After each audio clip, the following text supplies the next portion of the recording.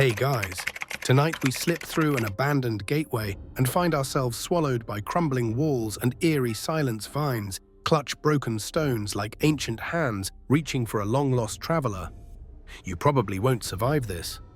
So before you get comfortable, take a moment to like the video and subscribe, but only if you genuinely enjoy what I do here. Invite your friends to guess where you are right now, and feel free to post your location and local time in the comments. Now take a seat, have a warm cup of tea, and let's ease into tonight's journey together. You trudge beneath the crumbling arch, each breath visible in the chill air that seeps through every crack. The moss-clad stones loom like silent sentinels, their surfaces slick beneath your fingers. A stray beam of moonlight cuts through the archway, landing on a fallen column, half buried in dust. You pause, listening to the ragged rasp of your boots on the stone floor. Your footsteps echo back empty and accusing. No one answers. No one is there to share your fear or to steady your hand as you lift your flashlight. Your heart thumps deliberately, a heavy drum against your ribs. The ruins feel alive, as though the stones themselves remember every footfall from centuries past. You trace a jagged line along the archway, fingertips skimming the cold surface until your light catches a faded carving, a winged creature with eyes of sorrow. You swallow hard, recalling that caretakers once whispered of a guardian spirit trapped here. You'd scoff at ghosts until now. Pressing onward, you step into the hushed darkness, the beam of your flashlight cutting a narrow tunnel of light. The air tastes of damp earth and something metallic, stale, almost like old blood. You swallow that lump in your throat and remind yourself this is just a ruin, nothing more. Yet when your light passes over scattered pottery shards and bleached bones, your rational mind squeaks to a halt. Bones.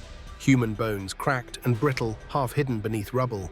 Your pulse quickens, and for an instant you consider turning back, then steel yourself and continue. Ahead, the corridor branches into twin pathways. To your left, shadows pool deep and impenetrable. To your right, faint glyphs glow under your light, scrawled on a stone wall. You step forward, tracing the symbols with trembling fingers, a language you don't recognize but somehow feel in your chest.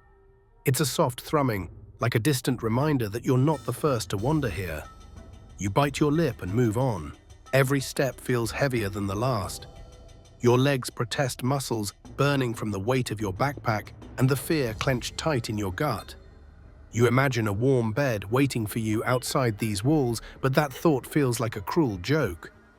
You're alone, truly alone, no rescue team, no fellow explorers. Just you against the crumbling sanctum. At a sudden low growl, you whip your light around. Nothing moves, but the hairs on the back of your neck stand at attention. You swallow, forcing your shoulders back. Get it together, you mutter under your breath. Your voice sounds small here, lost in the cavernous expanse. The echo swallows it. You press on each breath, measured. The corridor slopes downward now, and a damp chill seeps into your bones. Your flashlight flickers and panic stabs at you, but the beam steadies. You grimace. Even your gear senses your desperation. Ahead, a faint glimmer spills through a crack in the stone floor. You crouch, shining light into the crevice.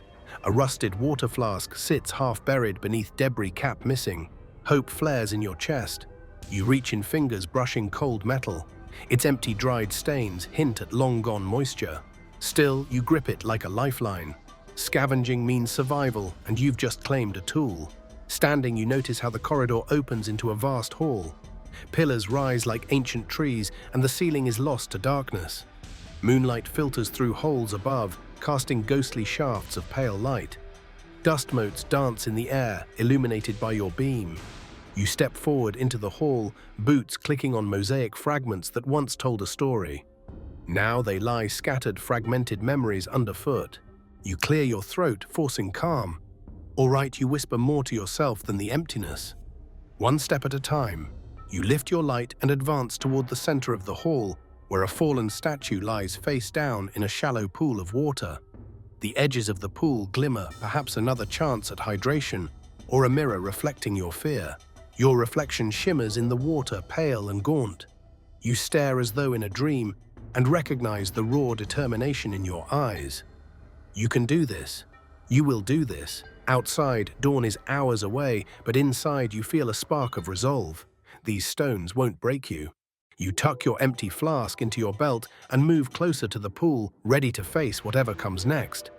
The ruins hum with silent stories, stories of those who built, those who lost, and now you who struggles on. You stand at the threshold of that story, flashlight in hand, heart pounding, ready to claim your own survival tale. You step deeper into the hall, boots crunching over shattered mosaic like brittle glass. Each footfall sends your heart ratcheting higher. The sound ricochets between pillars and shatters against the vaulted ceiling. You pause, letting your breath tumble out in a slow exhale as the echo fades, but the silence that follows feels heavier, almost watchful. The hush presses against your eardrums, and in that moment you remember the half-buried bones from the corridor, brittle fragments of someone's final chapter. Your flashlight beam dances across cracked pillars, illuminating faded frescoes of winged figures you can't fully decipher. The air here smells musty, tinged with damp earth and rust. Your shoulders tighten at the memory of that metallic scent, but you force yourself onward, each step deliberate. You remind yourself that sound is both enemy and ally. It can betray your location, but it can also reveal hidden threats. You advance toward a collapsed archway at the far end of the hall. As you walk, every footstep rings out like a gunshot. You imagine someone or something listening in the darkness beyond. A trickle of fear snakes down your spine, and you swallow it, steadying your grip on the flashlight. You need to stay calm. Fear will only muddle your senses. A low murmur of movement draws your attention. Your beam flicks to the side, catching a swarm of bats fluttering from a hollow in the ceiling. They wheel overhead in frantic arcs before disappearing into the shadows. You work to keep your hand steady, heart pounding in time with their wing beats. For a moment, you wonder if you'll ever feel the frenzy of a living world again, or if you're destined to wander these stones forever. The archway ahead gapes like a wounded mouth, jagged stones jutting inward. You kneel to inspect the rubble, chunks of limestone mixed with wooden beams that groan under unseen strain. You push forward, shifting a beam just enough to slip through.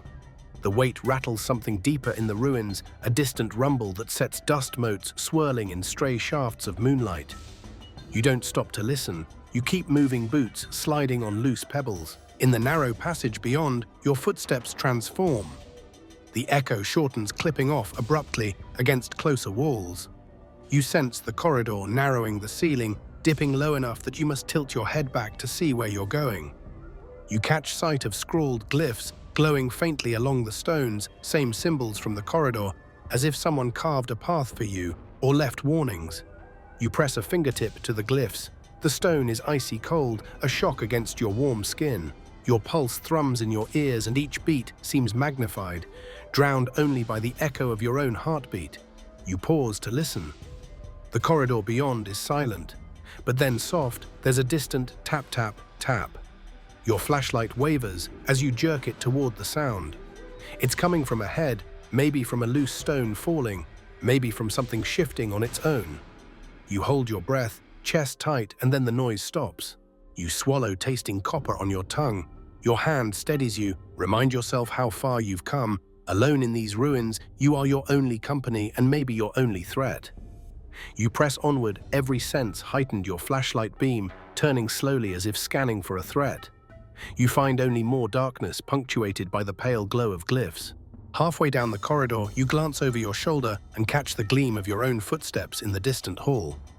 They look like faint points of light, strangers in a forsaken place. You step forward again, and your boots disturb a patch of dry leaves that rustle underfoot. The echo reverberates, and you flinch as if an unseen audience has gasped. You force yourself to exhale slowly, inhaling the stale air, grounding your thoughts. A sudden shift in the shadows makes you freeze. Your mind races through every tale you've heard of explorers who vanished in these ruins. You imagine a pair of eyes watching from just beyond your flashlight's reach. You tighten your grip on the flask strapped to your belt, though it's empty. Just another reminder of your dwindling resources. You need water, you need direction, you need to escape. But first, you have to survive this echo chamber of fear. You press your back against the wall and slide down until you're sitting on the cold stone floor. You draw in a deep breath, legs pulled close, and close your eyes for a fraction of a second. You replay your footsteps in your head one by one until the rhythm slows and becomes familiar, almost comforting. The echo remains, but now it feels like an old friend guiding you through the darkness instead of mocking your solitude. When you stand, your legs tremble, but your resolve is stronger. You remind yourself that these corridors were once bustling with life, laughter, footsteps, rituals. Now only you remain. That thought ignites a spark of defiance. This place won't break you, you'll carry its stories out with you. You push off the wall and move forward. Each step is measured quieter now, testing the stones. You watch the echo recede, retreating like a wave until there's only the faintest return of sound. You imagine the walls whispering secrets, urging you towards something, maybe safety, maybe discovery. A flicker of movement ahead jolts you. You sweep your beam around and find a small lizard scuttling across the stone floor. Its smooth scales catch a glint of light, and for a moment you laugh softly. It's absurd to feel relief at a creature so small, yet its presence reminds you that life exists even here. You nod to the lizard as if greeting a fellow survivor and press on. The corridor turns sharply and you nearly stumble, flashlight swinging wildly. The light lands on a carved relief depicting a procession of figures bearing offerings. Their faces are serene, almost solemn, and you wonder what gifts they once carried and to whom. You trace the lines with your fingertip, imagining their hands brushing these stones. The image grounds you, a reminder that your journey is part of a long chain of footsteps in these halls. You rise and step around the corner. The corridor opens into a small chamber, lit by a shaft of moonlight through a collapsed ceiling. Dust drifts lazily in the beam, and at its center sits an overturned basin. You approach and peer inside, stagnant water ripples, faintly reflecting the fractured moon above. Your throat goes dry at the sight. Could this be your chance at water? You kneel, heart hammering, and reach into the basin. The water is cold and murky, but it's water. You cup your hands and bring the liquid to your lips, mindful of every drop. It's gritty and tastes faintly of algae, but it fills your emptiness and sends a shiver through you. You fill your flask as best you can and cradle it like treasure. You sit back on your heels, flashlight, resting on a broken stone, and allow yourself a moment to breathe deeply. The echo of your footsteps has faded here, replaced by the gentle drip of water from overhead stones. This chamber feels less hostile, more like a sanctuary carved by time. You close your eyes and let the quiet wash over you. When you stand, flask secured, you turn back to the corridor. Your footsteps will resume their echo, but now you embrace the sound. It reminds you that you're still moving, still breathing, still alive. You lift your flashlight and step forward into the darkness once more, echo and all. You creep into the chamber's deeper shadow water flask, bouncing lightly at your side as the basin's drip fades behind you. The air here feels warmer, as though sunlight from centuries ago had baked these stones. You shine your flashlight across the wall, and frieze half hidden beneath fallen rubble is a fresco, its colors muted but alive. You crouch, heart surging, and brush away dust with the back of your hand. The fresco reveals a procession of figures in flowing robes, hands extended toward a central figure whose face is worn nearly smooth by time. You hold your breath, recalling how the lizard's unexpected presence reminded you that life endures. Here, the artists long gone tried to capture something eternal, faith perhaps, or gratitude. You lean in, fingertips grazing the cool pigment, and feel a spark of connection that hums in your chest. Above the procession, faded symbols, like the glowing glyphs you saw before, hover above outstretched hands. You trace one symbol with your flashlight beam. It curls like a spiral, suggesting both beginnings and endings. You think of the bone fragments you discovered and the skull your light caught in the corridor endings. Yet here is creation life offered in steadfast ceremony. The duality tugs at you, ruin and ritual, death and devotion. You press your palm flat against the wall, balancing on one knee. The stone is rough, uneven, where chunks have fallen away, but in places the pigment still holds. Deep reds, ochres, and muted greens reach out stubbornly, refusing to fade. You imagine the fresco's original sheen, how sunlight must have illuminated it in a grand hall just like this. You close your eyes briefly, picturing priests guiding worshippers, candles flickering at dusk, voices raised in chant. Your rational mind whispers that these visions are just illusions, cast by your own fear and longing. But your heart argues otherwise. These artists still speak. A soft rumble rattles the dust overhead. You glance up, flashlight swiveling to fractured ceiling stones, a handful tumble free, clattering to the floor behind you. You inhale sharply, muscles tensing, but nothing else shifts. You remind yourself that you're safe here for now, shielded by rubble and distance from any collapsing halls. You return to the fresco, fingertips brushing tiny flecks of paint like a promise. You pull a small notebook from your pack and press it against your knee. With a stub of charcoal, you sketch the central figure's outline, careful not to dislodge any more pigment. Each stroke reminds you of childhood art classes, of recreating masterpieces from memory. Your hands shake, though perhaps from lingering adrenaline or the echo of rumbling stones. You steady your breathing, counting inhales and exhales until calm returns. When you finish, you hold up the sketch beside the fresco, studying how your lines match theirs. The resemblance stings you with pride and sadness. Pride that you can honor their work. Sadness that they vanished, leaving only whispers on these walls. You tuck the notebook away, clutching it like a talisman. This sketch is proof that you've been here, that you matter. Your flashlight beam drifts downward, catching more fragments scattered on the floor. You kneel and gather a few ceramic shards, each painted with a sliver of the fresco's palette.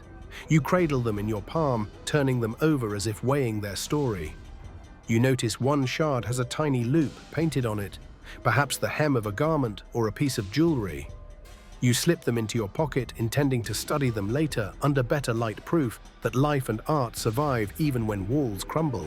Standing, you slide your back against the wall and close your eyes, letting the cool stone anchor you. The distant drip of water and the echo of your earlier footsteps merge into a soft lullaby. For a moment, you let the silence wash over you, recalling how the ruins were once filled with footsteps like yours, purposeful, reverent, alive. You let a slow smile tug at your lips, even as your heart still pounds with adrenaline. When you open your eyes, you spot a narrow passage half concealed behind fallen masonry. Moonlight filters through cracks above, casting ghostly beams that dance across the fresco. Instinct tugs at you to linger, to lose yourself in this moment of beauty. But you know time slips like sand. The walls might shift, stones might settle, and you could lose this chamber forever. You settle the flashlight in your hand and edge toward the passage. Your steps disturb more dust. You cough softly, pressing a sleeve across your mouth. The passage narrows quickly, and you crouch to slip under a fallen lintel. The beam of your flashlight reveals fresco fragments, here two tiny painted flowers clinging to tiny niches. You trace a vine motif snaking around a carved relief of an offering bowl. It feels like nature intertwined with the divine, a reminder that life and faith grow side by side. You emerge into a low-ceilinged corridor, walls slick with dampness. Your boots echo softly on the stone, a gentler sound than before. The lizard's earlier scuttle seems less like a surprise, now more like a guide, leading you deeper into these lost halls. You press forward, careful not to slip on moss-slick stones. You can feel the fresco's influence still pulsing in your chest, prodding you onward with renewed purpose. A fresh breeze brushes your cheek, carrying a faint scent of earth, and something sweet, perhaps a distant bloom surviving in a hidden courtyard. You inhale, letting the scent fill your senses. After hours trapped under cold stones, this breath feels like a gift. You remind yourself that the fresco wasn't just art. It was story memory, life reaching out from across centuries. You might be the first in a long time to witness it, but you won't be the last. You'll carry this tale beyond the ruins. Up ahead, the passage slopes upward, and you strain your legs to scale the rise. Your flashlight beam tilts, illuminating wooden beams propped against the walls. Reinforcements from another era, perhaps survivors trying to shore up failing stone. You brush a beam with your hand. It groans softly but doesn't give way. You wonder who placed these supports, explorers, past caretakers, or desperate souls seeking refuge. You imagine them much like you now, clutching water flasks and prayers, hoping to survive until dawn. At the passage's end, you step into a small antechamber. Moonlight spills through a crack in the ceiling and falls in a solitary shaft onto a mosaic of interlocking circles. You crouch to examine it. Each ring is crafted from polished stone, colors still vibrant. You run your fingertip over the smooth surface, then press your palm flat against the floor. You feel a cool solidity beneath you, the craftsmanship of hands long gone but not forgotten. You sit back on your heels and take a long sip of water, your flask half full now. The liquid soothes your parched throat and warms your stomach. You feel the fresco's memory and mosaic's artistry converging in your mind. You're part of this lineage, a living link in a chain of seekers and survivors. You exhale and let the room's gentle hush settle around you. Grateful for this moment of quiet reflection, you stand shoulders squared and replace the cap on your flask. You lift your flashlight, now heavy with discovery, and prepare to move on. Behind you lies the fresco, its angels and offerings whispering farewell. Ahead, darkness and promise intertwine. As you venture deeper into the ruins, heart alight with purpose. You press deeper into the ruins' flashlight beam, skimming over fractured walls as you search for anything to bolster your dwindling supplies. Your throat tightens at the memory of half-full flask and those bone-chilling echoes. The air tastes of dust and damp stone, and every breath reminds you that basic needs, water, warmth, light, are slipping through your fingers like sand.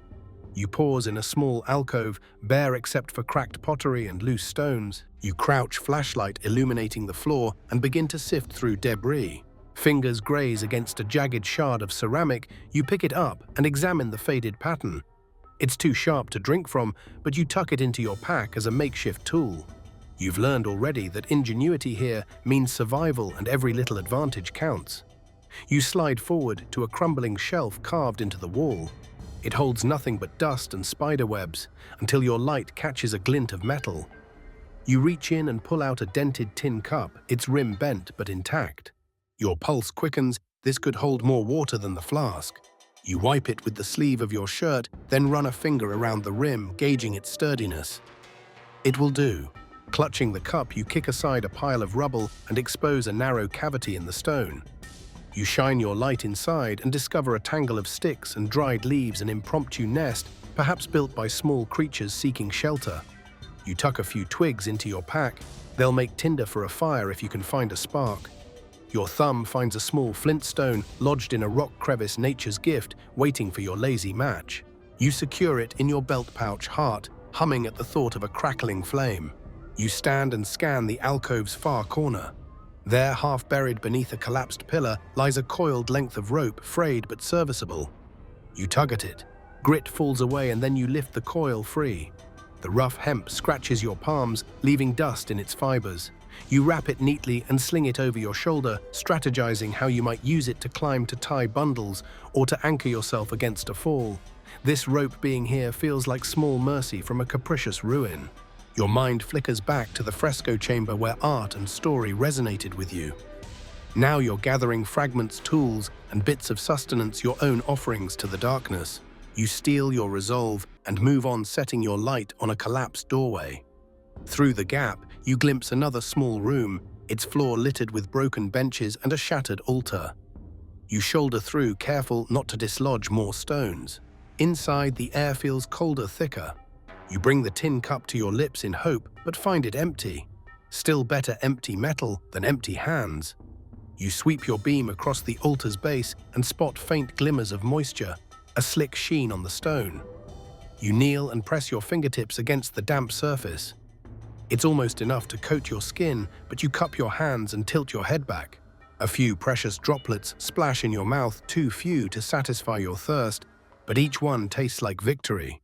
You lick the salt from your lips and refill the tin, cautious not to spill.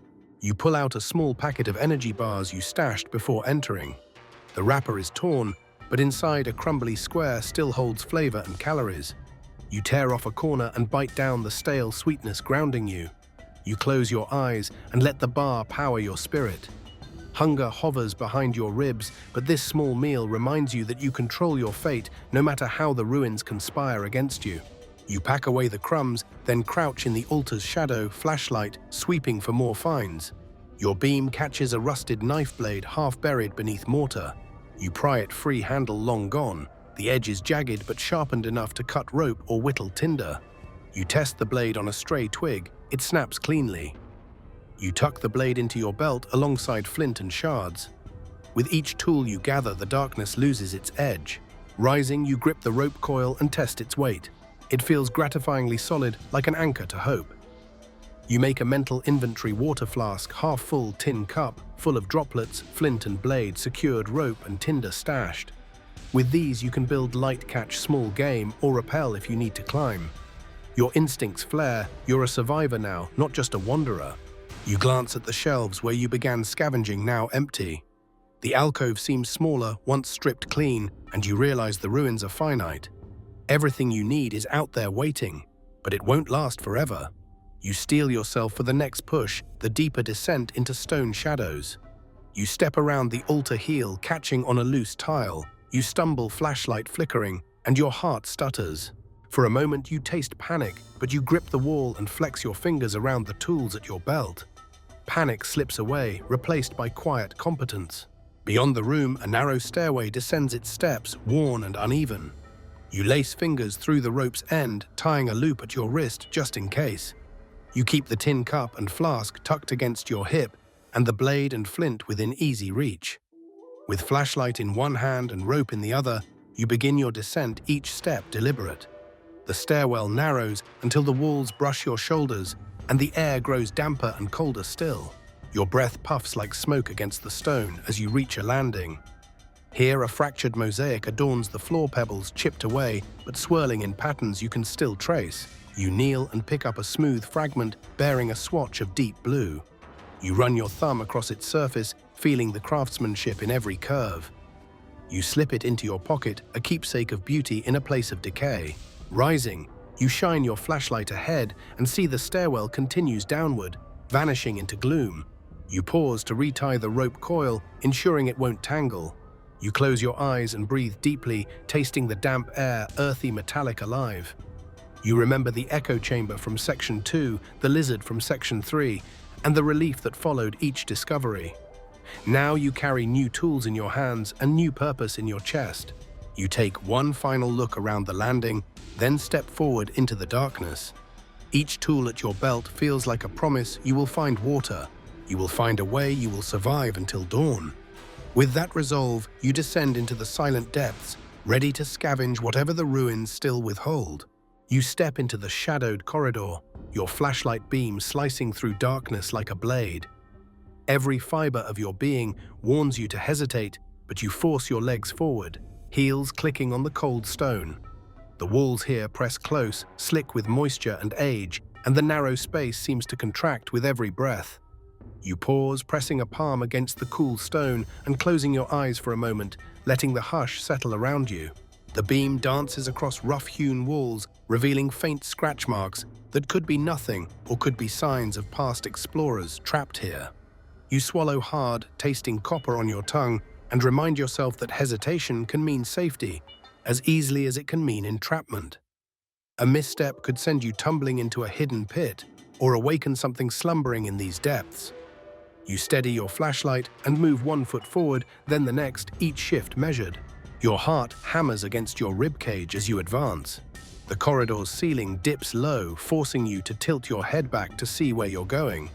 Sweat beads at your hairline despite the chill, and your breath comes in short, controlled bursts. You remind yourself that these ruins were built by skilled hands, hands that shaped each stone and carved each corridor. There's purpose here, and you must honor that purpose by moving carefully.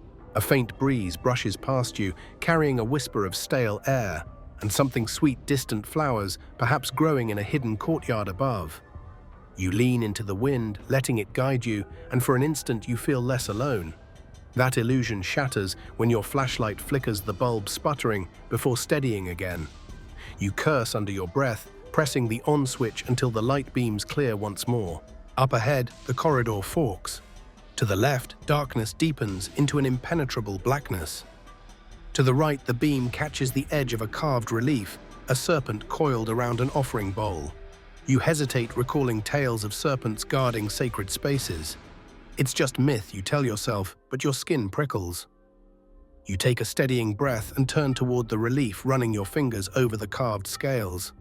The stone is cool, almost slippery. You trace the serpent's tail as it curls around the bowl, marveling at the sculptor's skill. The relief seems to pulse under your touch, a heartbeat echoing through centuries. You pull your hand back, heart pounding, and step away. You remind yourself that curiosity can be as dangerous as ignorance in these ruins. You shine your beam down both paths, weighing risks. The left path promises open space, but no guidance. The right offers clues carved in stone, but could lead you into a trap. You press your lips together, finger tightening on the flashlight. You choose the right path, stepping gingerly over a cluster of loose stones. The relief fades behind you, swallowed by shadows. The corridor narrows further, the walls rougher and unpolished, as though this section was never meant for frequent passage. You clamp a hand over your mouth to stifle a cough. Damp air tickles your throat. You swallow and advance, every sense straining. Halfway down the passage, your beam catches a glint on the floor, a puddle of water pooling against the base of the wall. You pause, heart easing at the sight of liquid, but realize it's too still, stagnant and foul. You recall the basin of fresh water from earlier and choose not to tempt fate here. You duck under a low lintel and continue your reflection, wavering in the murky puddle as you pass. A distant rumble throbs through the corridor, vibrating against your boots. You freeze, listening as the sound fades, leaving only your drumming heartbeat. You press a hand over your mouth to calm your breathing, reminding yourself that the ruins shift with time, stones settle, dust falls. It's not an omen, just physics. Yet every instinct screams to flee. You swallow that urge and step forward. Your flashlight illuminates scorch marks on the walls, blackened streaks that smudge the stone. You step back, scanning for their source, perhaps an ancient torch or a ritual fire. The scent of charred wood stings your nostrils. You crouch and find fragments of ash and charcoal beneath the burns. You scoop a pinch into your palm, examining it under the beam. It's coarse and crumbly, evidence of something long since extinguished. You slip it into your pocket for tinder later. Every resource counts. You push on until the corridor opens into a small domed chamber. The ceiling arches above you, carved with interlocking triangles that meet at a central rosette. You step in, flashlight flicking over the patterns like a slow drumbeat. A thin shaft of moonlight pours through a crack overhead, illuminating dust motes that drift like tiny specters. You feel a strange comfort here, geometry and beauty rising from the gloom. You crouch in the center of the chamber, running your hand along the mosaic floor. Some tiles are missing, leaving dark voids in the pattern. Others shine with lacquered polish. You press a fingertip into a smooth tile and trace the spiral it forms. It seems to whisper encouragement, a silent mantra: trust, endure, emerge. You let the words echo in your mind, bolstering your confidence. A drop of water plinks from above, hitting the tile with a soft ring. You tilt your head up to see water seeping through cracks, tracing rivulets down the stone. You cup your hands and catch the drops, 3, 4, 5, then bring them to your lips. Each tastes pure, cold, life-giving. You fill your tin cup, grateful for this unexpected reservoir. You sip slowly, letting the water soothe your parched throat. Refreshed, you set the cup aside and rise, shoulders squared. You know hesitation can save you from hasty missteps, but you can't linger forever. You sweep your beam across the chamber's exit, an archway carved with dancing figures. You step toward it, boots clicking on mosaic circles, and the echo feels less accusatory here. Before entering the archway, you twist the rope coil and tuck it beneath your arm, ready to deploy if the floor beyond gives way. You grip your flashlight like a lifeline and step through.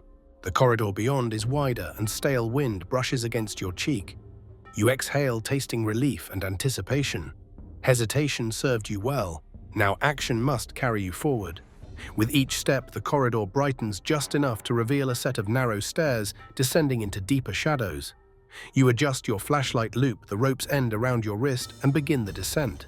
Below, the air feels denser, the darkness thicker, but you press on, heart racing with purpose rather than fear. You've hesitated, weighed dangers, and chosen a path carved by unknown hands. Now you descend into the unknown, prepared with water tools and the steady echo of your own resolve. You emerge into a vast hallway, choked with rubble-jagged stones, tumbling in haphazard piles to either side. The ceiling has partially collapsed here, sending beams of fractured moonlight dancing across the chaos. You pause at the threshold, chest tight, as the scent of displaced earth and splintered wood fills your nostrils. Your flashlight cuts through the darkness, illuminating broken columns, shattered pottery, and the sharp edges of stone, silent witnesses to some long-ago disaster. Your heart pounds at the enormity of the obstruction.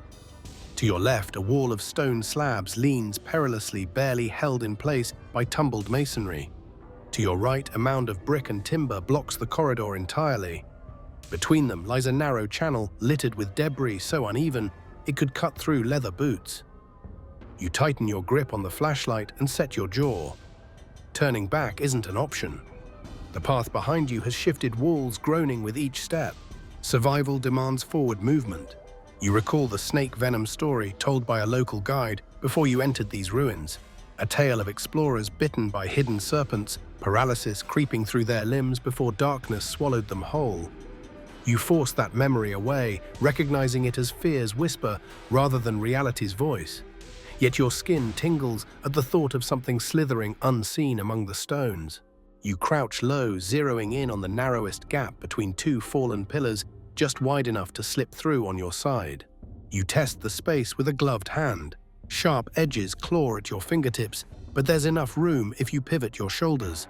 You brace the rope around a sturdy fragment of column and lean in. The rubble shifts beneath your weight, sending a cascade of stones clattering to the floor beyond. Your breath catches as you duck beneath a jagged slab, then kick free more debris until you can wriggle through. The ache in your shoulders reminds you that every inch forward costs effort. Once through the narrow opening, you push yourself upright and sweep your flashlight across the hallway. A beam of moonlight reveals a large broken beam pinned at an angle between two fallen pillars. Beneath it, the ground slopes into a shallow depression filled with shattered tiles and splinters. You press your hand to the beam. It feels solid enough to bear weight. You take a deep breath, recalling how you used the rope to secure yourself in the stairwell and loop a length around the beam's base. Your palms sweat as you tie a clove hitch, testing the knot before hoisting yourself onto the beam. You move slowly, toes inching across its weathered surface as you inch upward. The beam groans under your weight, sending tremors through your arms. Every muscle fires in unison to keep you balanced. The image of that venomous serpent coiling around an unsuspecting foot flickers in your mind, and you clamp down on the fear. Here, skill and caution are your greatest shields. You inch forward until your chest clears the beam's highest point. Below you, the depression yawns like a gaping mouth. The beam's end is trapped beneath debris, but ahead your path opens onto a small landing where dust has settled unmoved for who knows how long. You pause to steady your breathing, then swing a leg over the beam's edge and slide down onto the landing with a thud. Dirt puffs around your knees, but you land squarely. You lie there for a moment, propped on an elbow flashlight beam dancing across toppled capitals and fractured walls. You listen for any sign of movement, nothing but your ragged breath and the distant drip of water. You push yourself upright, brushing dust from your knees, and inventory your tools. Rope, intact blade, secure tin cup and flask snug at your side.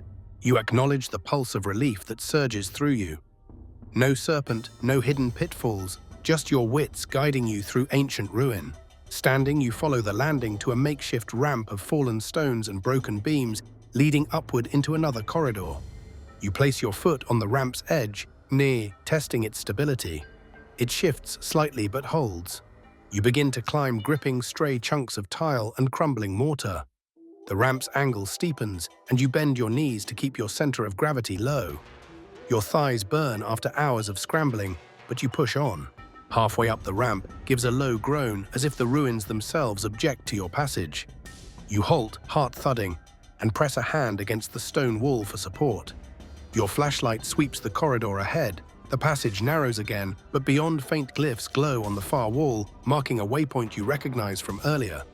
You inhale, letting resolve flood your limbs, then climb the remaining steps. At the top, you find yourself in a small alcove, where moonlight spills through a jagged hole in the ceiling.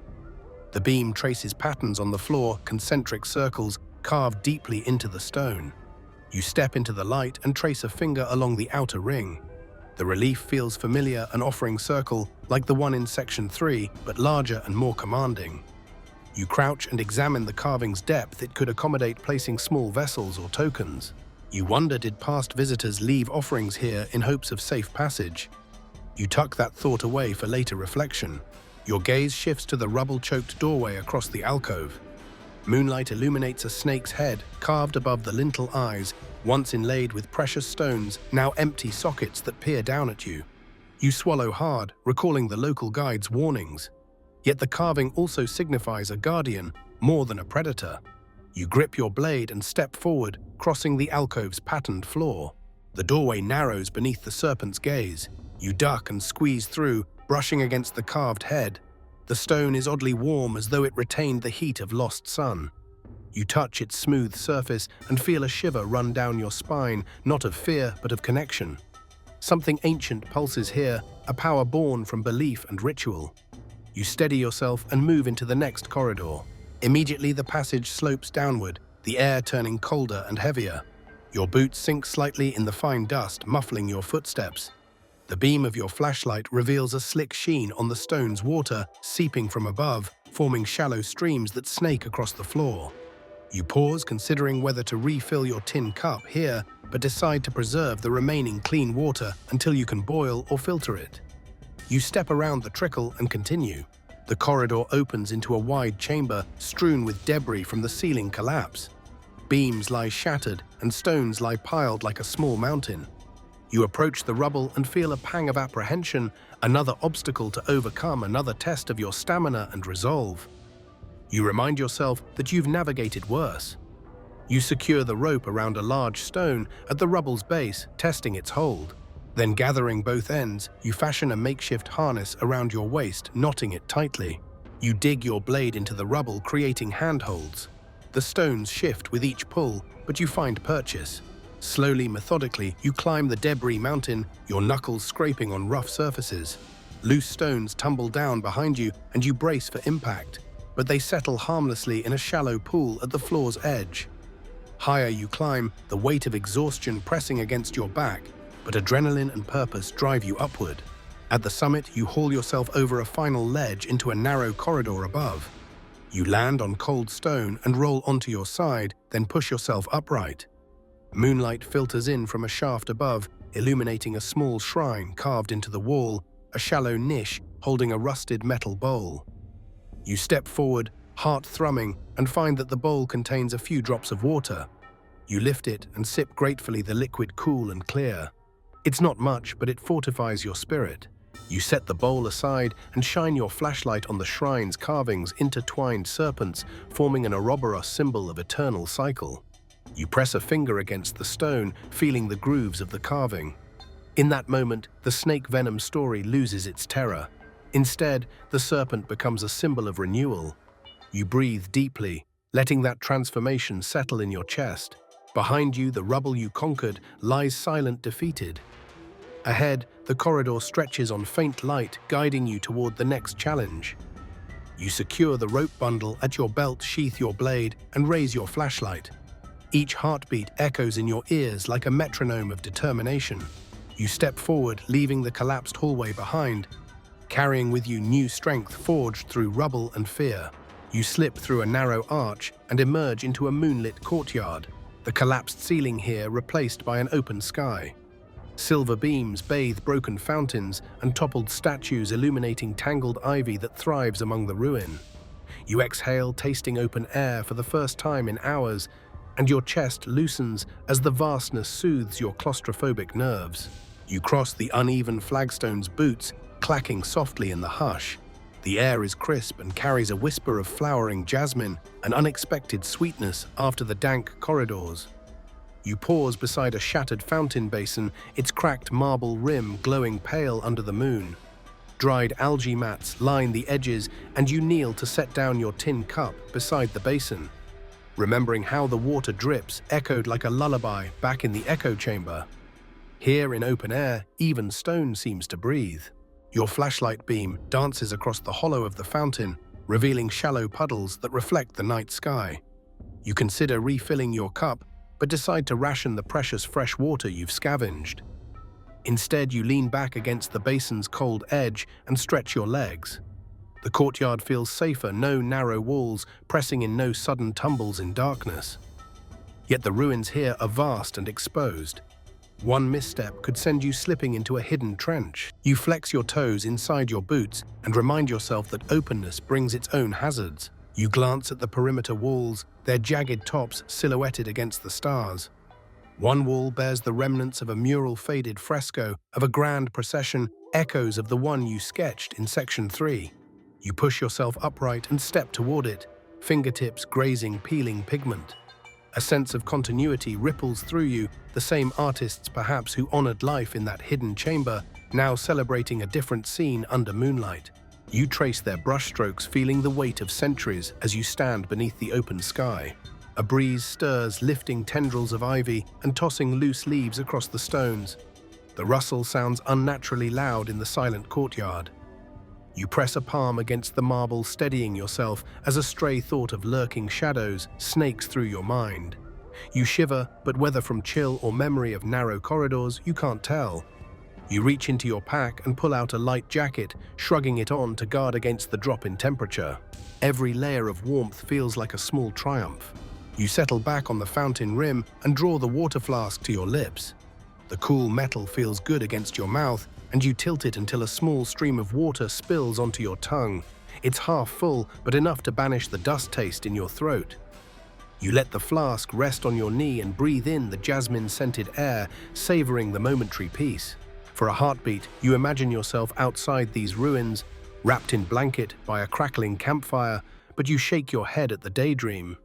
You're still inside this ancient sanctuary, and dawn is hours away. Your ears pick up a distant drip water, leaking from an upper ledge somewhere beyond the wall. It's a softer echo than before, but it reminds you of each chamber's secret reservoirs. You tuck that thought away, promising yourself to follow that sound later. For now, you let the moonlight guide you as you sit in silence. After a moment, the hush grows heavy and you stand to stretch your back. You run your hand across the fountain's cracked rim, feeling the moss that clings to a seam. You peel away a small patch and sniff it earthy and ancient. You press it into your pocket, remembering that natural marker for when you return. Each shard of moss and stone you gather tells your story as surely as footprints in dust. Positioning yourself in a shadowed alcove nearby, you crouch and unpack the scraps of tinder you gathered in Section 4. You produce the flint and jagged blade, recalling the cavern's quiet tick of dripping water. You strike the blade against the flint spark. The tinder catches glowing ember at first, then a flicker of orange. You cradle the ember in a small bundle of dried leaves and gently blow. A fragile flame bursts forth, illuminating your face in a warm glow. You feed the flame with tiny twigs and bark you saved, coaxing it into a steady flicker. The warmth seeps into your fingertips and you cup your hands around the fire, feeling courage rekindle within you. This fire here under the open sky feels like an act of defiance, a statement that you belong in this world, not just its shadows. Smoke spirals upward, carrying your whispered thanks to the night. You lean back, propping yourself on one elbow, and let the fire's glow chase away moonlight shadows. You notice how the statues lining the courtyard take on new shapes in the dancing light, spindly limbs frozen mid-stride, as if they might step down from their plinths at any moment. You laugh softly, recalling how you nearly panicked at every shift in the corridors.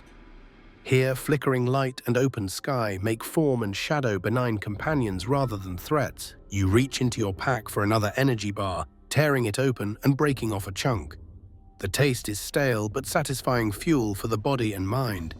You watch sparks drift upward and imagine them as tiny stars escaping the ruins, heading back to the sky that once guided ancient navigators.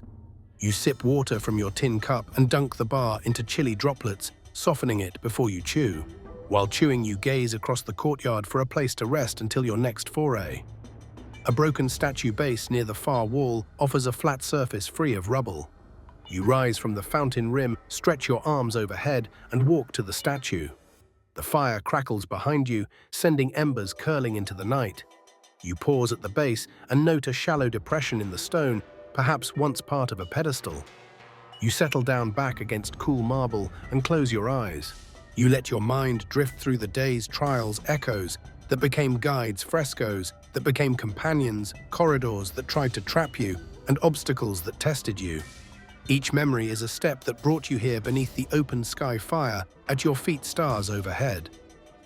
You inhale deeply and feel gratitude for every fragment you collected, every drop you drank, and every breath you took. Your eyelids grow heavy, but you fight sleep's pull. You know that resting too deeply could cost you precious time or wake you unprepared for the next challenge. Yet your body aches with exhaustion and the fire's warmth lulls you with its steady heartbeat. You press your fingers against the marble and whisper a promise, just a few minutes. As you sit, eyelids fluttering, you recall the fox-like lizard from Section 2 and the carved serpent from Section 6 symbology weaving through your journey. You realize that survival isn't just about tools and water, it's about finding connection in the ruined stories and letting them guide you onward. The courtyard falls silent again, save for the crackle of the fire and the distant drip of water. You close your eyes fully, surrendering to a moment of rest, and feel the night cradle you in its ancient arms.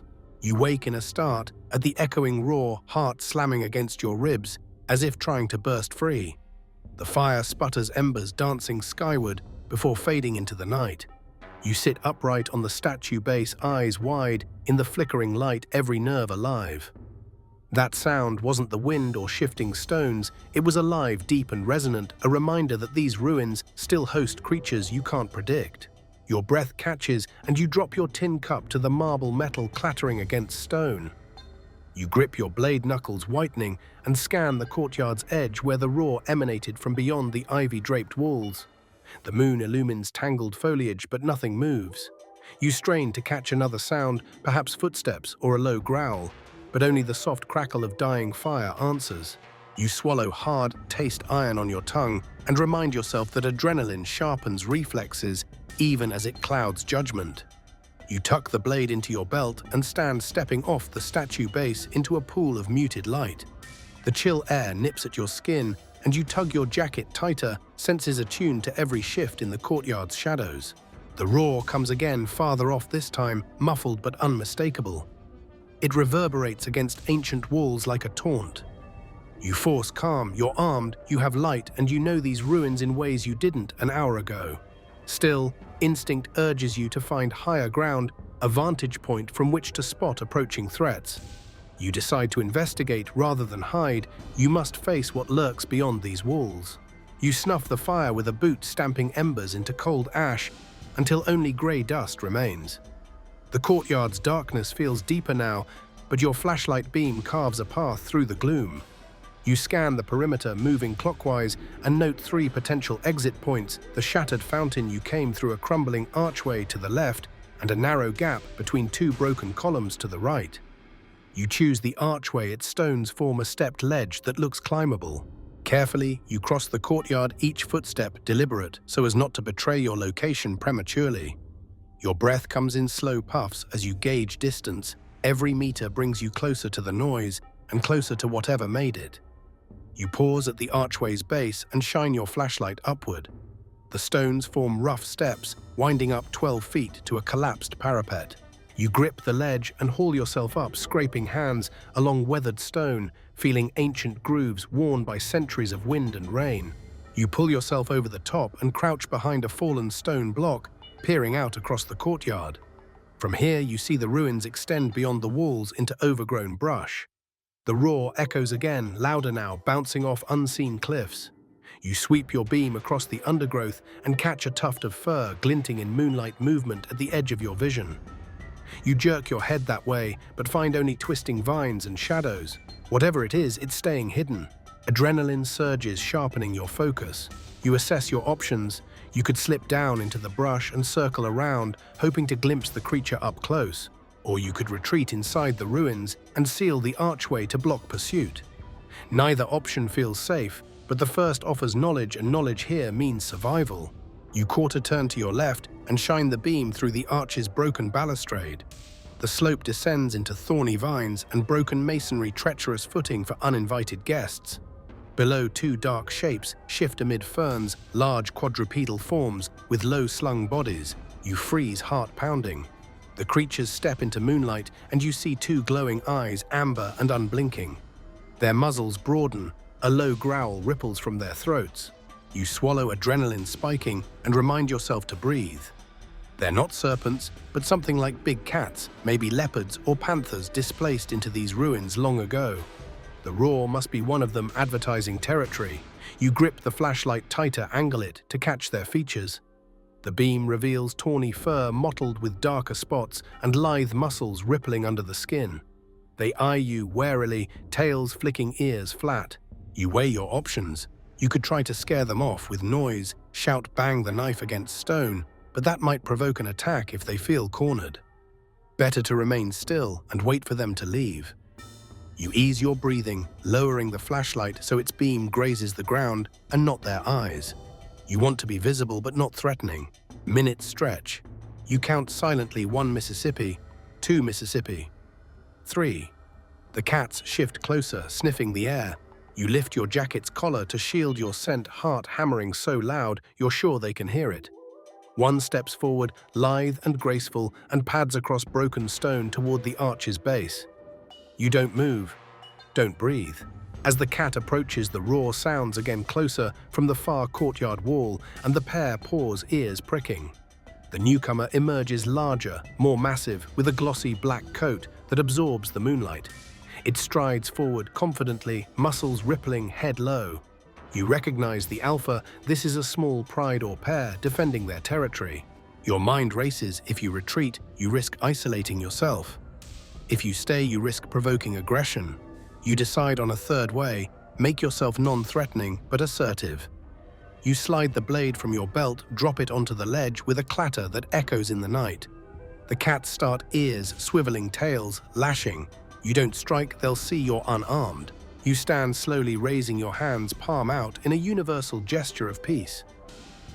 Easy, you whisper, voice steady. You lower yourself to the parapet's edge so you're neither towering nor crouching in a predatory stance.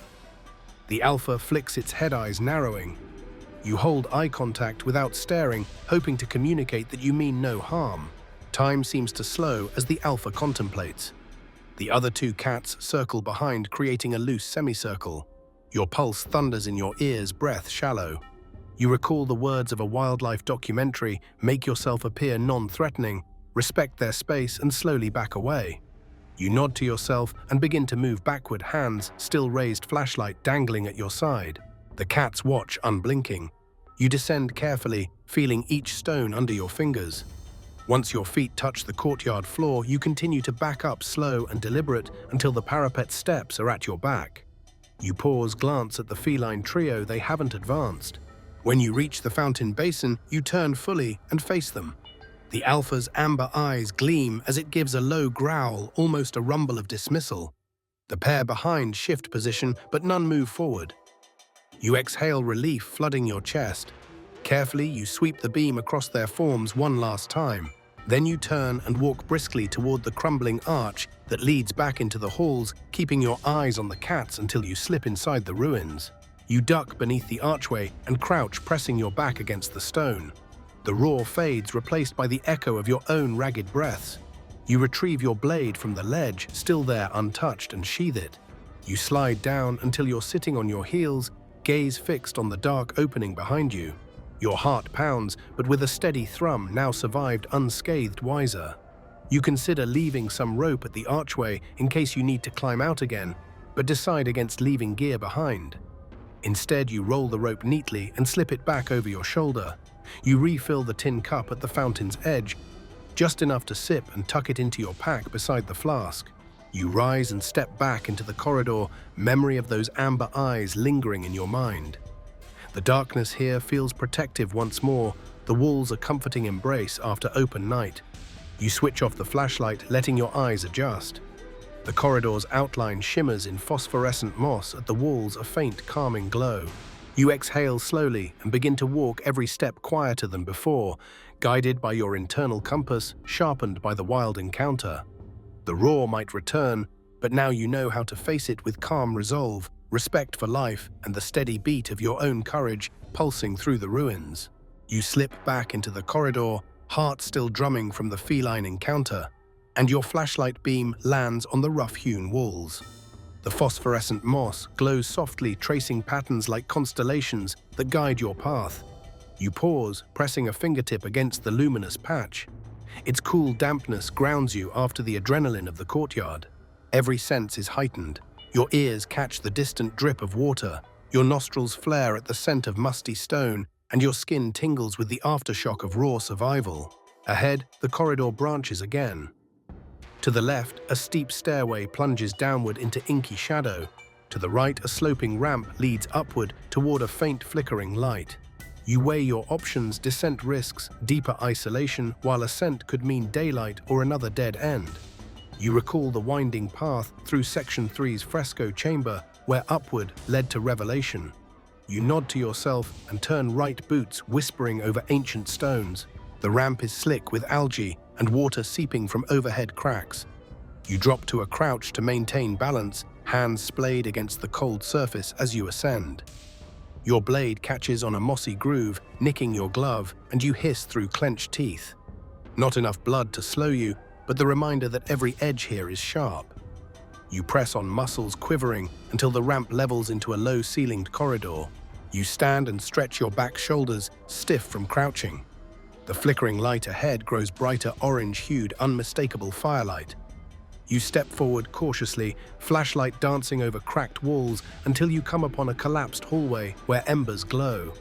A pile of charred wood smolders in the center of the floor, sending tendrils of smoke curling toward fractured ceiling stones. You raise your hand to shield your eyes from the drifting ash and step closer. This fire isn't recent, the embers have cooled to a dull glow. You kneel beside the heap and prod the ashes with your blade. Beneath you uncover a half-burned leather satchel, its flap singed but intact. You pull it free, brushing ash away until you see its contents: a small compass, its glass face cracked but needle still twitching, a folded scrap of parchment, and a tiny vial of clear liquid sealed with wax. Your pulse quickens, tools left by another soul. You set aside the satchel and scoop a handful of ashes to blot the parchment. Unfolding it carefully, you reveal a crude sketch, a map of the ruins with key chambers marked by symbols: a serpent for the shrine, a lotus for the fountain courtyard, and a spiral for the fresco chamber. A dotted line snakes between them, ending at a symbol you don't recognize. A circle bisected by a horizontal line. Beneath the sketch, a few words scrawled in shaky script. Find the heart water and guidance await. Your mind races. Someone else was here, making their way through the darkness in search of water and a way out. You check your own flask and tin cup, still half full, but the promise of fresh water and guidance pulses through you. You refold the map, slipping it into your pack alongside the compass and vial. You examine the compass, its needle quivers, before settling, pointing toward the end of the map's dotted line. You press it flat in your palm, feeling its reassuring weight. You rise, dusting ash from your knees, and shine your flashlight toward the corridor beyond the fire pit. The walls bear scorch marks that climb several feet high, evidence of a larger blaze. You scan for where the tunnel continues. To your right, rubble chokes the path. To your left, a narrow gap, barely wide enough to pass. You crouch and snake through the gap, flashlight leading the way. On the other side, the corridor opens into a circular chamber. Stone benches curve along its periphery, their surfaces polished by unknown hands. In the center stands a stone plinth, carved with the bisected circle symbol from the map.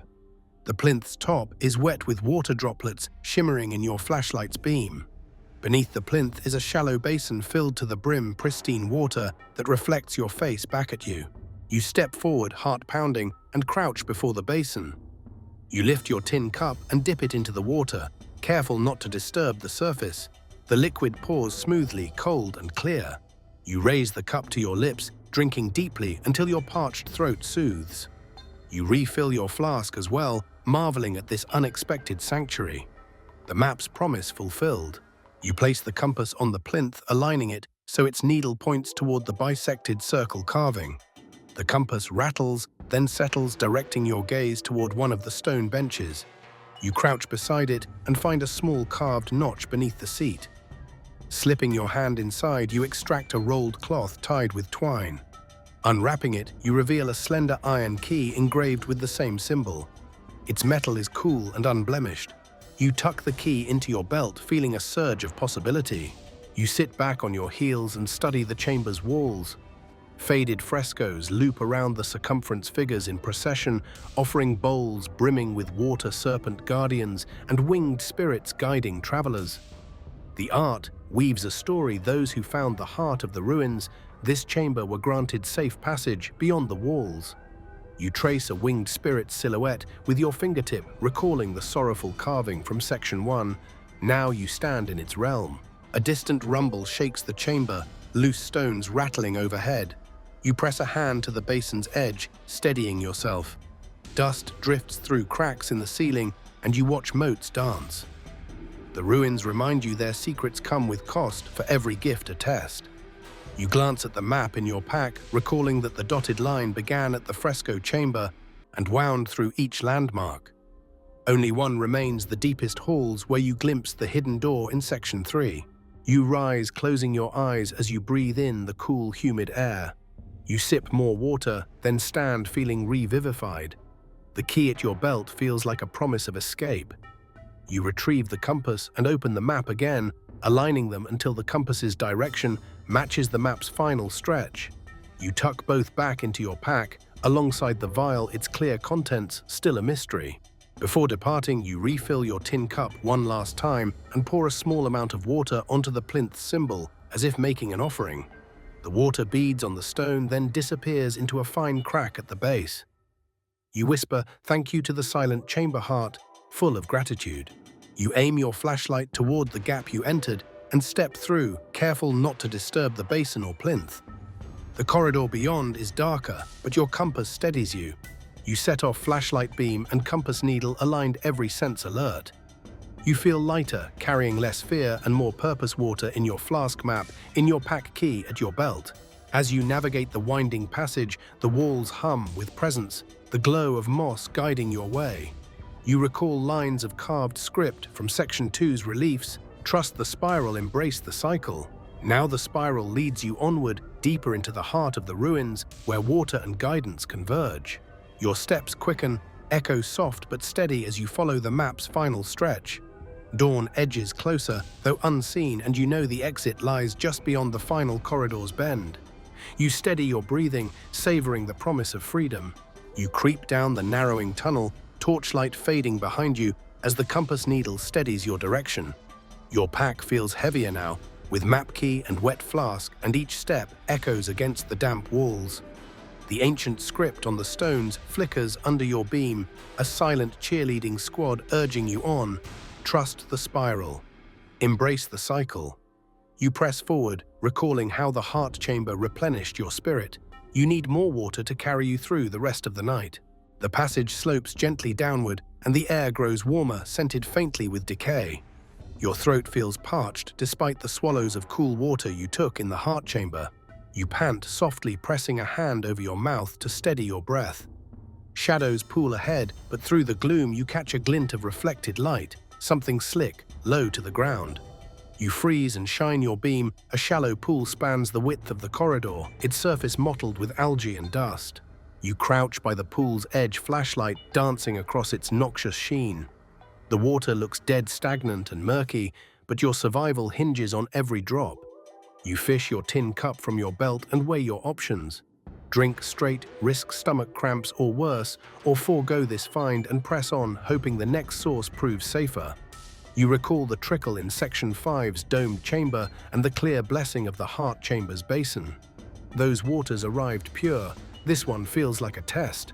A distant drip echoes from above, regular, steady, reminding you that water flows somewhere beyond. You close your eyes and take a slow breath, centering yourself. Adapt or perish, you tell your heart. You lower the cup, skimming the surface to collect a sample.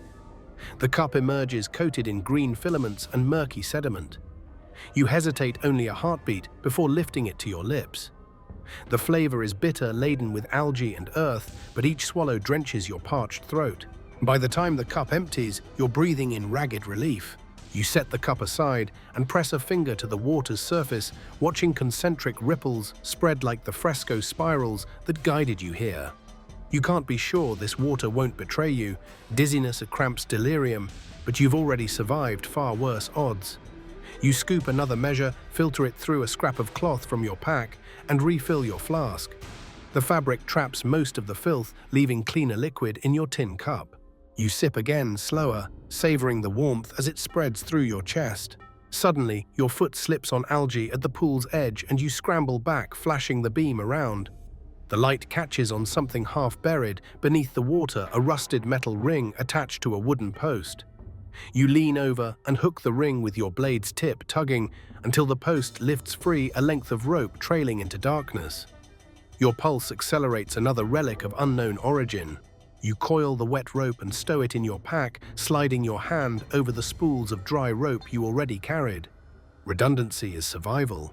As you tuck the rope away, the corridor behind you groans a deep, resonant rumble that vibrates through the stone floor. You freeze, flashlight poised, and listen as the sound fades. Dust drifts down from overhead cracks, and a trickle of stones patters into the pool. You remind yourself that the ruins shift with time. Tremors are no omen. Yet the echo sets your nerves jangling.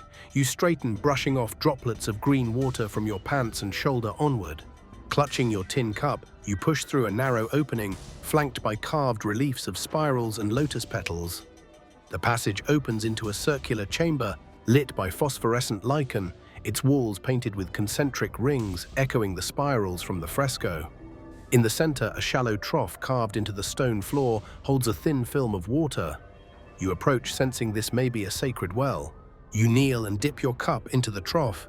The water here is clearer, its surface nearly still reflecting the lichen's eerie glow. You lift it to your lips and drink deeply. Each swallow tastes cool and pure.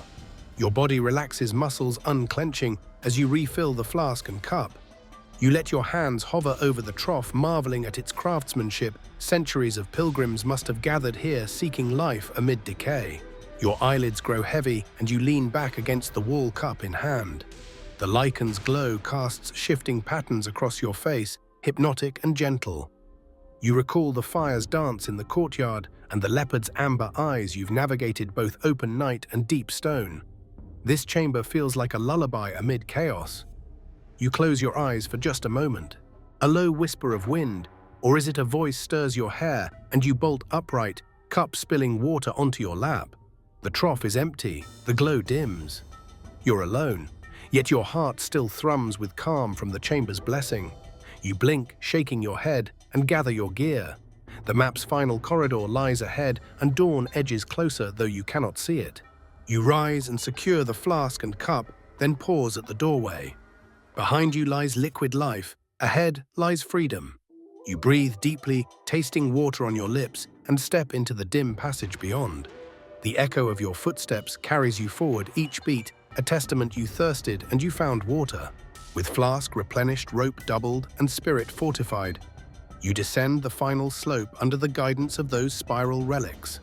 The corridor narrows until light spills through a crack in the wall, a promise of open sky. You quicken your pace, cup and flask, secure heart, buoyed by the wet blessing of midnight scavenge. As you round a corner, pale light filters in, illuminating the threshold to a stairway leading upward. Your limbs surge with renewed strength. In the flicker of reflection on your flask, you glimpse the face that stared into the heart chamber's basin, resolute, weary, but unbroken. You push toward the stairs, one step at a time, water in your veins and hope at your heels. You climb the steep stone stairs, each footfall echoing like a heartbeat in the narrowing shaft. The air grows cooler as you ascend, carrying the scent of fresh morning light you can't yet see.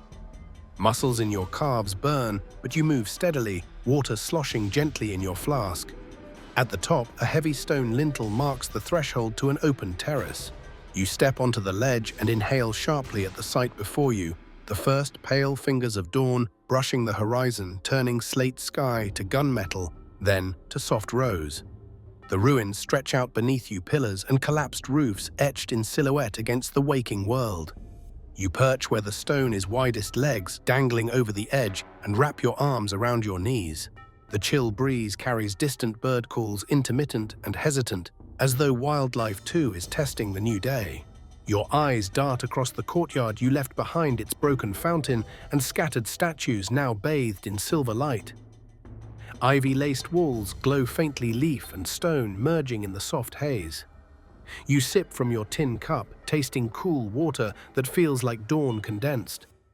The liquid warms your core and you allow your shoulders to relax for the first time in hours. Below you spot movement, small figures, lizards, squirrels, perhaps emerging from crevices and foliage.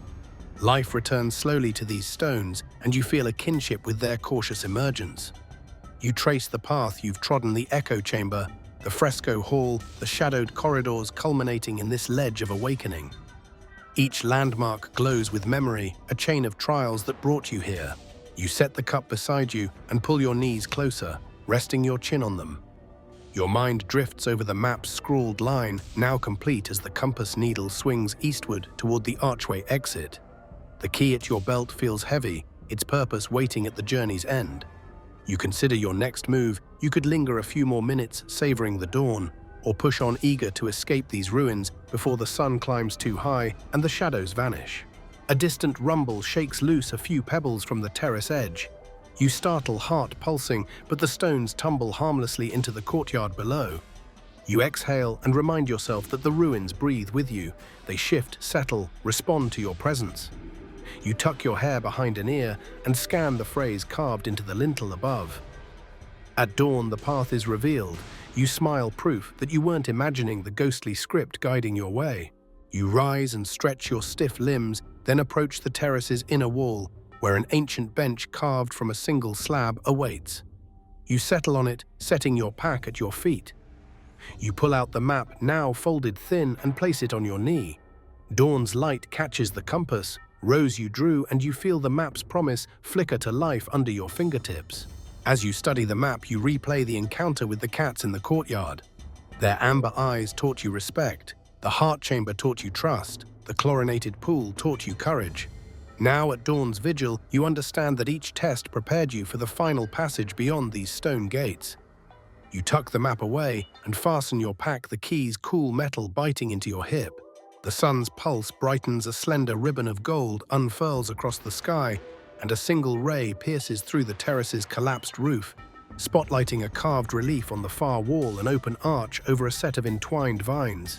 You lean forward, wiping dew from the relief's surface. The keyhole beneath it matches the iron key at your belt. Castle-like confidence surges through you. This is the exit the promise fulfilled. You stand, heart racing, and step into the sunlit beam. Your boots click on ancient stone as you cross the terrace, eyes flicking to each carved groove until you stand before the relief. Vines wrap around the arch, their tendrils sculpted with uncanny realism. At the center, a small keyhole awaits. You breathe in, drawing warmth from the sun. With deliberate motion, you withdraw the key and insert it into the hole. It slides home with a satisfying click. You twist and the stone relief shudders. Vines carved in bas relief peel aside like heavy curtains, revealing a narrow passage beyond. A rush of cool morning air greets you, carrying scents of wildflowers and open fields. You pause, hand still on the vine-carved door, and glance back at the ruins one last time. Each pillar, corridor, chamber, and fresco has shaped you, tested, you taught you. This sanctuary of stone offered trials and gifts in equal measure, and you emerged with tools, water, and stories etched in your bones. You offer a silent nod of gratitude, feeling the ruins' ancient heartbeat resonate with your own. Then you push the stone door fully open and step into the light. The passage beyond slopes gently downward, leading out to fresh air and new horizons. Your boots leave the first footprints in dust, undisturbed for centuries. The key glints in your hand as you hold it aloft, a talisman of survival. Dawn breaks broader and the sky blooms in blazing gold. You step into the open world beyond the ruins, chest lifted, eyes bright. The fresh wind caresses your face as you walk forward, leaving the stone gates behind. You breathe deeply, tasting freedom and sunlight. You reach the threshold, pausing to savor the moment. Then, with purposeful stride, you cross into a field bathed in dawn's glow, exhausted but triumphant, alone in the ruins no more. You step into the dim corridor beyond the vine-covered door, your flashlight beam tracing damp stone walls, etched with spirals and faint footprints of ancient pilgrims. The morning sun's promise fades behind you as darkness settles close, but your heart is buoyed by the taste of freedom you just touched. Your boots crunch on loose gravel, and you pause to listen, only your breathing and the distant call of a waking bird. This passage is uncharted on your map, a secret vein running deep beneath the ruins. Each footstep feels deliberate, echoing against the arched ceiling. You run a fingertip along carved grooves in the wall, tiny symbols that match none you've seen before. They spiral together, converging at a point like a hidden keystone. As if the builders intended this passage to remain concealed until the right time. You swallow, tracing the symbols with trembling fingers, feeling again the presence of those long-gone caretakers guiding you onward. The corridor curves sharply to the left, narrowing until you must press your shoulders against rough stone to slip through. Your pack brushes the walls, rattling the rope and compass within. You pause halfway through the squeeze, heart racing, and shine your flashlight back the way you came. The relief of open sky seems impossibly distant now, and the memory of dawn's glow fuels your resolve. You breathe deeply and continue pressing your palms flat against the cold stone as your legs push you forward. At the corridor's end, you find yourself in a low-ceilinged chamber. Moonlight filters through a small grate overhead, left from some collapsed floor, casting a silvery grid on the dusty floor. Your flashlight beam reveals a stone pedestal at the center, carved in the shape of a coiled serpent eating its own tail. Beneath the serpent, a shallow depression holds a small bronze mirror, half submerged in clear water. Light from the grate catches the mirror's surface, sending flickers dancing across the chamber's walls. You step closer, heart pounding, and peer into the mirror. Your reflection shimmers gaunt, but resolute, lined with dust and streaked with sweat. You crouch beside the water basin, reaching out to lift the mirror by its handle, an intricately carved serpentine spine that coils into a loop. The metal is cool and slightly slick with moisture. You bring it closer, angling it, so the mirror reflects the ceiling grate.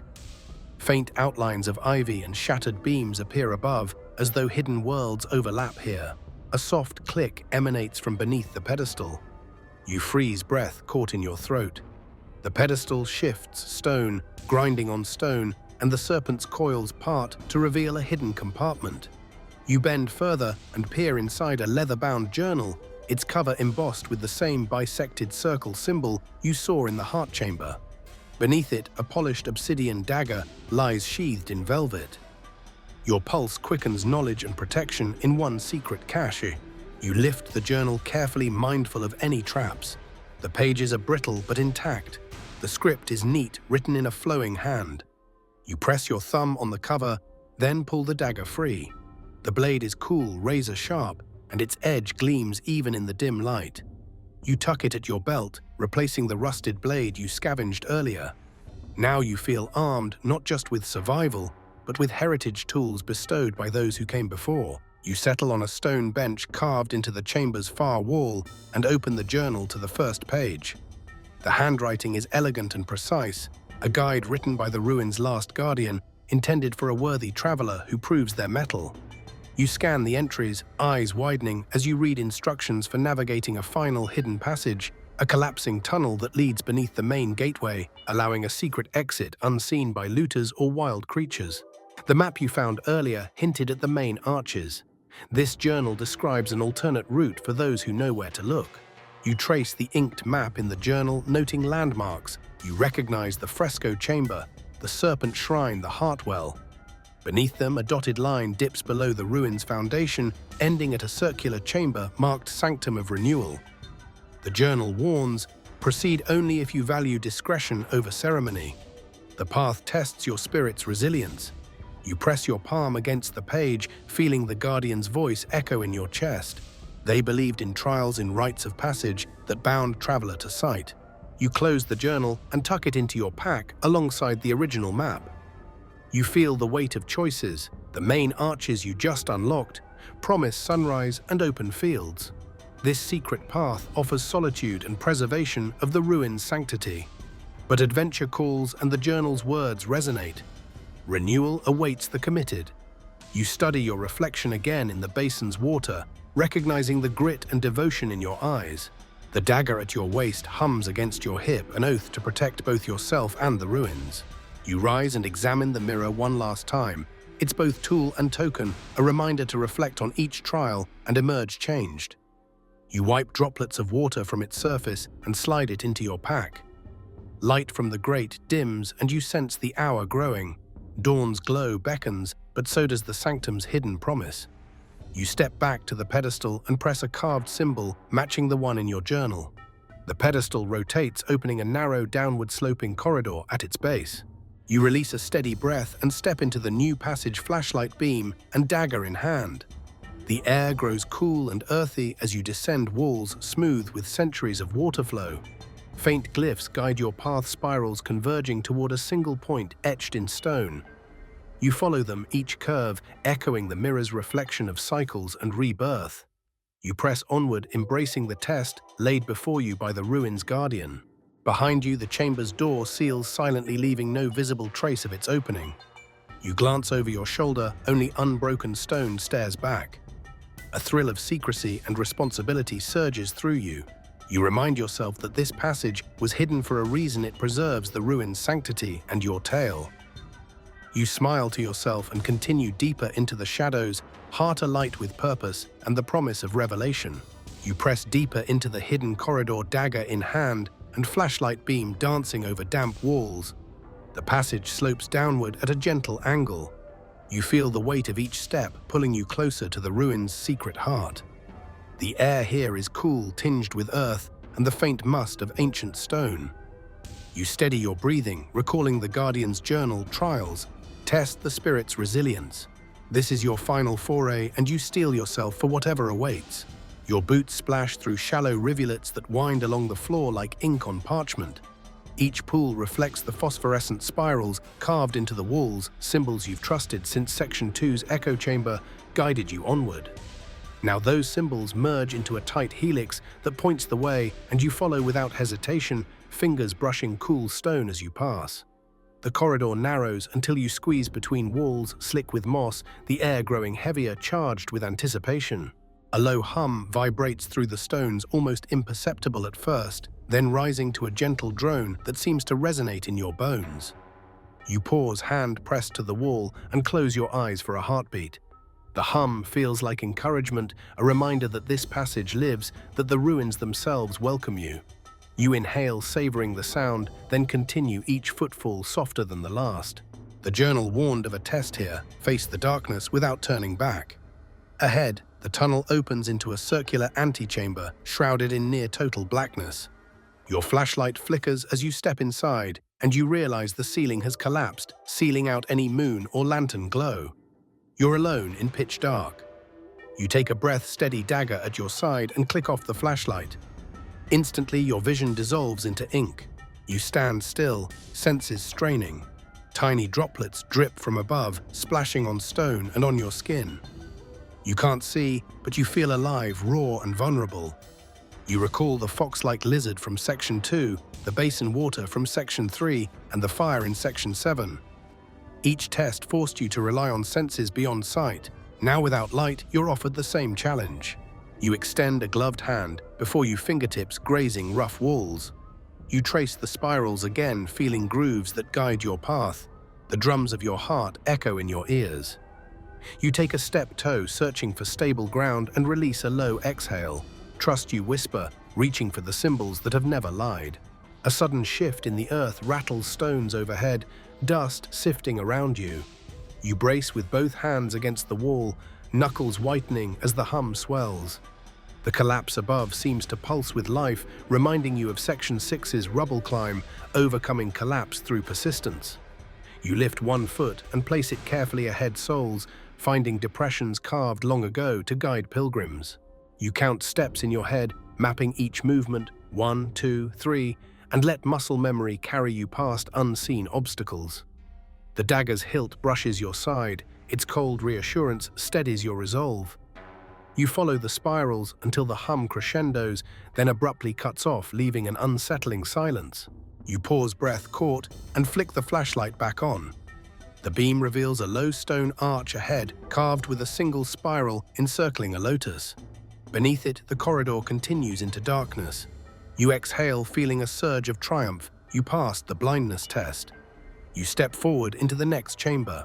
The antechamber widens into a domed vault. Moonlight filters through cracks in the collapsed ceiling, dust motes floating in pale beams. You cast the flashlight around and gasp. In the center stands a stone dais bearing an ancient bowl etched with the Guardian symbol. Fresh water stands within, shimmering like liquid moonlight. Surrounding the dais are carvings of winged spirits, their faces serene, palms open in offering. You kneel before the dais and touch the water's surface. It ripples under your fingertip, cool and pure. You refill your tin cup and drink deeply, letting the water's clarity wash away any lingering fear. Next, you lift the bowl with both hands and pour water over your dagger's blade, anointing it in ceremony, a rite of passage echoing Section 7's fire ritual. The blade gleams and you feel its power settle in your palm. You replace the bowl and stand. Ahead, a narrow door carved into the far wall stands half open, its frame entwined with vine motifs you've seen in every major chamber. You step through and find yourself on a steep ramp hewn from living rock, descending into the earth's quiet heart. The air grows warmer, scented with damp root and mineral. You press on, heartbeat steady with purpose. About halfway down the ramp, you notice shallow footprints pressed into the stone shoes, worn by explorers before you. Some lead forward, others circle back, but one clear path descends. You follow it, mindful not to stray. When the ramp levels, you shoulder through a narrow gap that forces you to duck and press sideways. The walls scrape your jacket, but your pace doesn't falter. You emerge into the sanctum of renewal, a vast cylindrical chamber.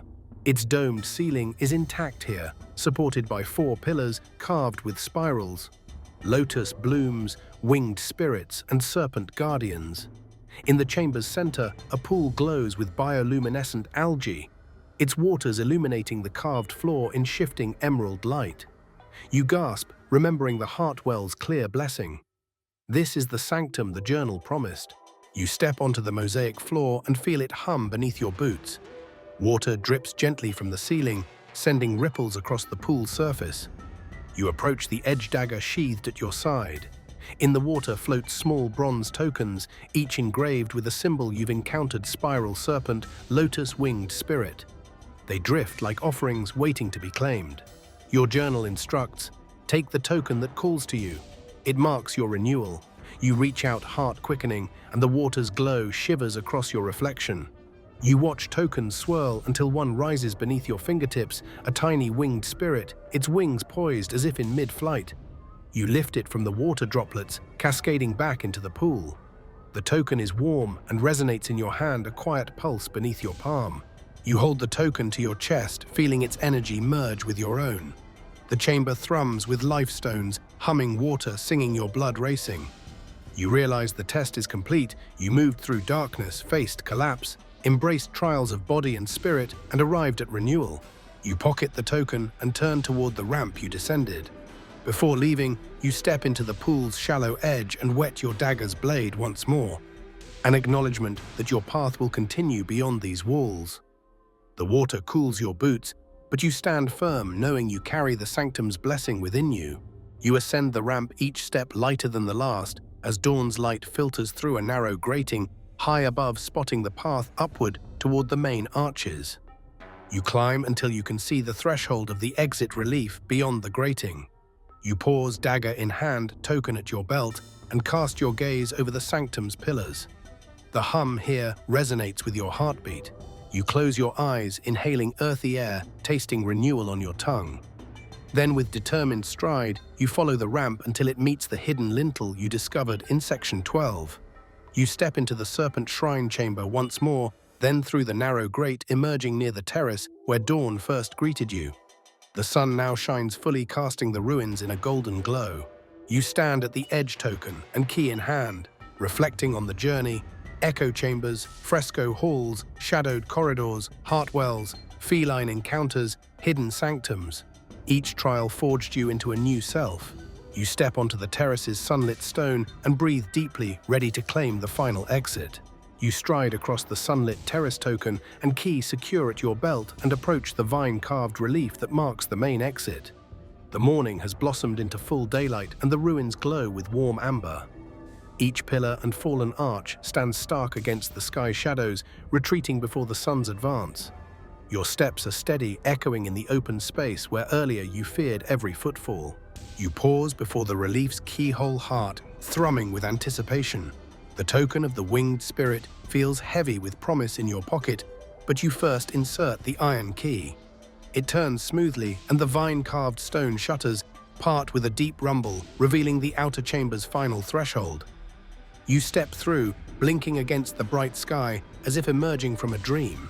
Beyond the relief lies a narrow passage hewn directly into bedrock, its ceiling low and walls smooth from centuries of wind and water. Sunlight filters in through slits overhead, casting white bands across the stone floor. You follow the path, each beam of light welcoming you further from the ruin's heart and toward the world beyond.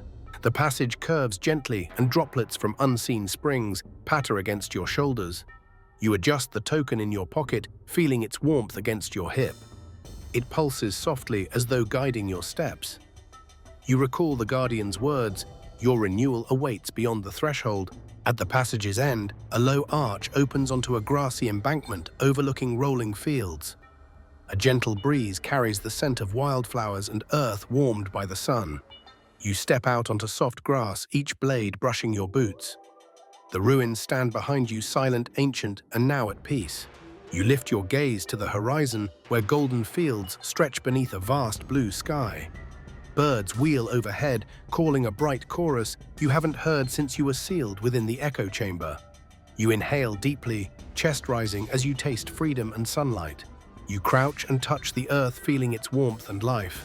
The token of the winged spirit rests in your palm, and you press it into the soil as an offering, a promise to carry the ruin's memory into the world. The earth receives it with a gentle tremor, as though accepting your vow. Standing, you dust grass from your pants and sheath your dagger.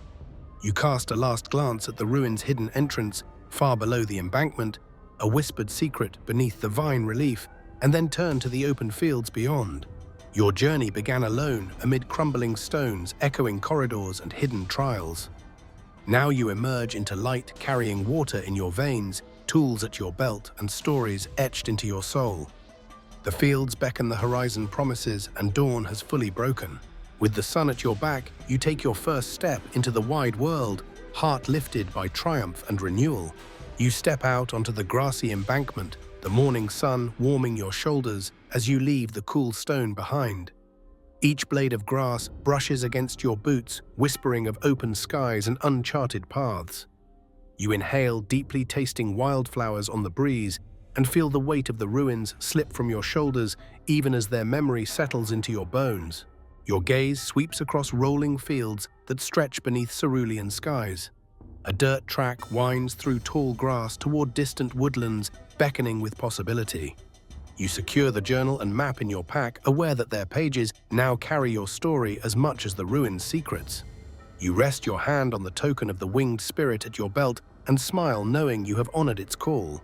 Behind you, the vine-carved relief and hidden arch look small against the sunrise, as though the ruins themselves bow to your triumph. You recall the echo chamber's darkness, the fresco's flicker, the collapse of rubble, the courtyard's wild firelight, and the feline sentinel's amber eyes. Each trial coalesces into a single thread of resilience that pulses through your veins now. You move forward, boots pressing into soft earth, and leave a final footprint on the embankment. The fields greet you with a gentle rustle, as though applauding your passage. In your pack, the iron key and obsidian dagger rest alongside the compass rope and mirror tokens of each chapter you survived. You touch the dagger's hilt, flexing your fingers around its cool metal, and acknowledge how far you've come. A flock of birds lifts from a nearby hedgerow, wheeling into the sky in a chorus of call and response. You pause to watch them ascend, their white wings glowing in the sun. For a moment, you feel poised between earth and sky, mortal and mythstone and freedom. You think of the winged spirits carved in the hidden vault, and you understand now why they guided you, so you could emerge renewed, ready to soar beyond these ruins. You shouldered a heavy pack in darkness, navigated collapsing corridors, met creatures of fang and shadow, and embraced hidden sanctums without turning back. Yet each moment forged a new part of you, self-reliant, attentive and attuned to the life that pulses beneath earth and leaf. The smell of grass and the warmth of dawn ground you in this new world. Ahead, the track narrows beneath the arching branches of oaks and elms. Sunlight filters through their leaves, dappling the path in gold. You step onto it, and the grass yields underfoot, soft and welcoming. You feel lighter with every pace, as if the ruin's weight has transformed into wings. Halfway down the path, you pause at a crossroads marked by a weathered signpost. No names remain, just arrows pointing toward unknown destinations. You run your hand over its rough wood, then close your eyes and spin gently. When you stop, you face east toward a distant ridge shimmering with morning haze. It feels right. You set off walking with steady purpose. As you go, you reflect on the journal's final words. Carry the ruins within you, but let your spirit roam free. You trace a finger along the journal's spines in your pack and smile. You carry stories, tokens, and memories, but now they are yours to share or keep sacred. The world beyond awaits your footsteps, and every sunlit blade of grass affirms your choice. The path dips toward a clear stream where you pause to drink and wash the dust from your hands. Each splash of water stings and soothes a final ritual in which you cleanse yourself of fear and emerge curious once more. You scoop up a handful of pebbles, smooth stones polished by water to use as markers, tiny reminders of where courage carried you. Leaving the stream, you follow the track as it winds through meadows splashed with wildflowers. Butterflies drift across your path, and you feel a soft thrill at their presence, another testament to life thriving even where stones crumble. You reach up to brush a yellow blossom, then let your hand fall, knowing that beauty now finds you without effort. When the path climbs toward a hillock, you pause at its crest to look back. The ruins lie far below their form, softened by distance and light. You touch the token of the winged spirit again, offering thanks to the stones and guardians who shepherded you. You whisper a vow to defend secrets entrusted to you, to carry renewal forward, and to remember that survival is as much a gift as a struggle. Turning your face toward the open road, you take a final breath of the field's scent, grass, earth, and wildflowers, and exhale gratitude. Your boots crunch on gravel as you descend the hill, heart alight with possibility. Ahead lies whatever world you choose, roads less traveled, city streets, hidden sanctuaries yet undiscovered. Armed with memory tools and an unbreakable spirit, you venture onward. The sunrise guides you. Now you step beyond the horizon alone in the ruins, no more transformed by what you endured and drawn ever forward by what you may yet become. The sun climbs higher, warming your skin as a gentle breeze rustles the grass around you. You walk steadily, each step unhurried, allowing the tranquility of dawn to settle in your bones. The trials of the night, the cold stones, the echoing corridors, the hidden chambers fade into memory like a shadow receding at sunrise. In their place, a soft calm blooms, filling every breath with assurance. You feel the earth beneath you steady, nurturing, unwavering. Each blade of grass seems to pulse with quiet life, a reminder that survival is woven into nature's fabric. Your muscles once tense now unwind with each pace, and your heart beats in time with the gentle rhythm of day. A bird calls overhead, its song a lullaby that soothes lingering fears. As you walk, you reflect on the tokens you carry, the winged spirit, the compass, the journal, each symbol of resilience and renewal. These are not burdens, but blessings guiding you even when darkness threatened to engulf you. You close your eyes for a moment, letting the warmth of the sun and the whisper of the breeze envelop you, reassuring you that you are safe, capable, and continually reborn by each challenge you face. The horizon stretches endlessly before you, promising new adventures and quiet moments alike. You breathe deeply, tasting freedom on your lips, and smile softly. The journey through the ruins was more than survival. It was a pilgrimage of growth, trust, and transformation. Now, as the world wakes around you, you carry its quiet strength within, ready to walk into the light of tomorrow. To the light of tomorrow. To the light of tomorrow. To the light of tomorrow. To the light of tomorrow. To the light of tomorrow. To the light of tomorrow. To the light of tomorrow. To the light of tomorrow. To the light of tomorrow. To the light of tomorrow.